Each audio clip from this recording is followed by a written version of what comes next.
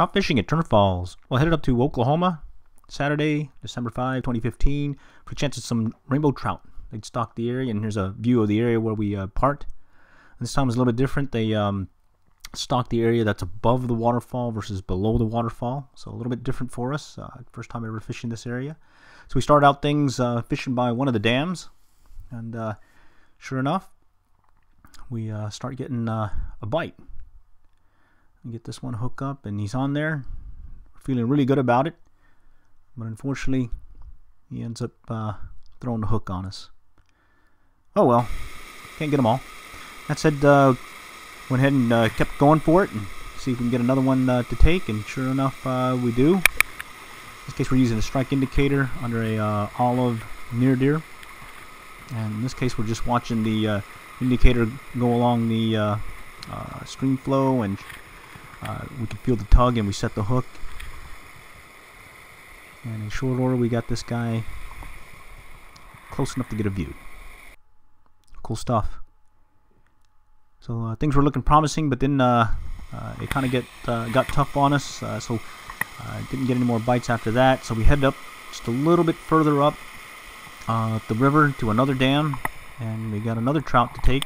This one was kind of by accident. We had put the fishing fly just over there by the rough white water area was, just basically within feet of our feet, and this guy ended up taking it. Cool stuff. And then later on, it got even tougher, but luckily we saw them hitting on the surface, so we put on a Griffith's net and got a couple this way. So got a couple on the surface on a dry fly. And then later on, we went back downstream, found a couple of pools that looked promising. We could see them in the water, and we ended up getting this guy to take. Overall, real nice day. Hardly anybody else on the river. Mainly some campers, hikers, but didn't see any other fishermen. So real good time. And here's a view of one of the areas downriver. Kind of walked the different areas, looked at different pools, and was hoping to see if we can see some trout darting in and out of the pools and shallows like we've seen on the blue.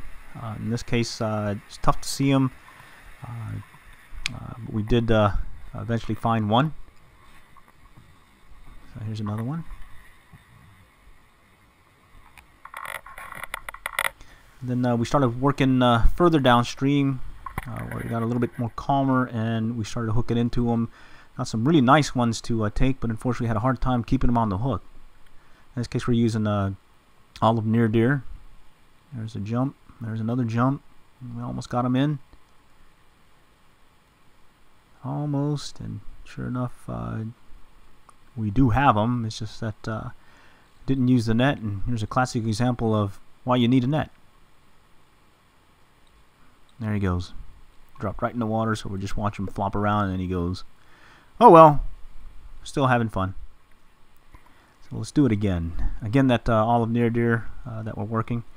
In this case, retrieve's a little bit different. We're using these short pulls, and we're actually letting it kind of drift along with the current, not using a strike indicator. And what we're looking for is some flashes in the water as they dart at the fishing fly. So here shortly you'll see another one take. There he goes. These guys are averaged about 12 to 13 inches. We did get some bigger ones. Largest one that we got this round was about 15 inches. But we did see some really nice looking ones, including a couple of albino ones hanging out in the pools. There's a closer view of this one. We got another one here. And these seem to jump a lot more than what we're used to. But they're still a lot of fun. We're using a 5-weight, no strike indicator. We did start out with some tandem rigs, but we ended up just sticking with the near deer.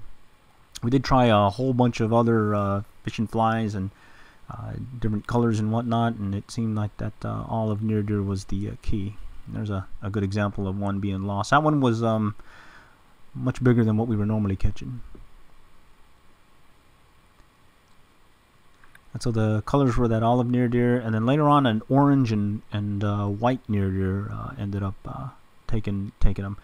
We did try other patterns, other colors as well, and for some reason they were consistently wanting those two colors.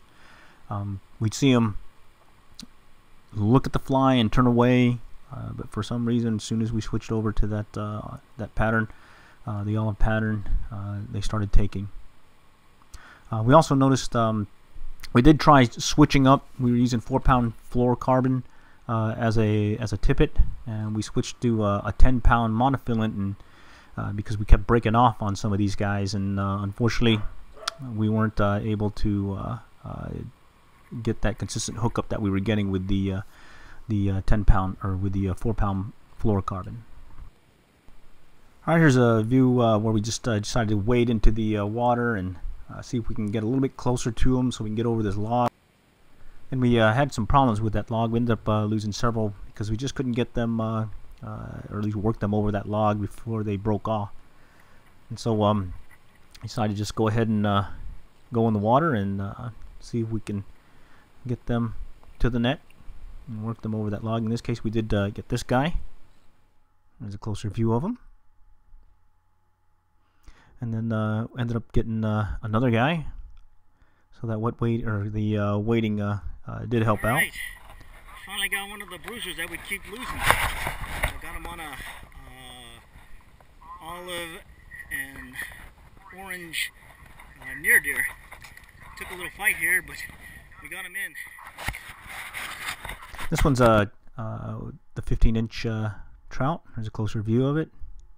Also get a closer view of the orange and white near deer that we're using. And like we were saying, it's a 5 fish limit, and here's our limit. Till next time, we'll catch y'all later, and good luck and good fishing.